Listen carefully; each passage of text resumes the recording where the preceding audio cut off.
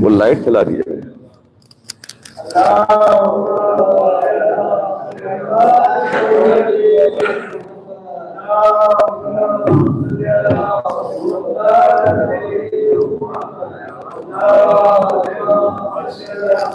आवाज से कर लिया हम जैसे आवाज ठीक है अस्सलामु अलैकुम वरहमतुल्लाह ला हौला वला कुव्वता इल्ला बिल्लाहिल अलिय्यिल अज़ीम हस्बुनल्लाहु व निअमल वकील निअमल मौला व निअमन नसीर अऊज़ु बिल्लाहि मिनश शैतानिर रजीम बिस्मिल्लाहिर रहमानिर रहीम